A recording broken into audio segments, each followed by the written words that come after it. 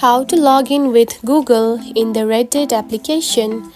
If you have downloaded the Reddit application and wondering on how to log into it using your Google, don't worry. In this video, I will show you how to do it. So let's get started. First of all, open the Reddit application. Just like this. After that, you will find something like this on your home screen.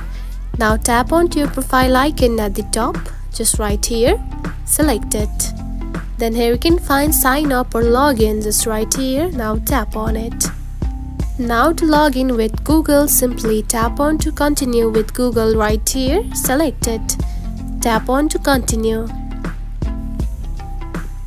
Now simply choose one of these accounts that you want to log in with Google just like this.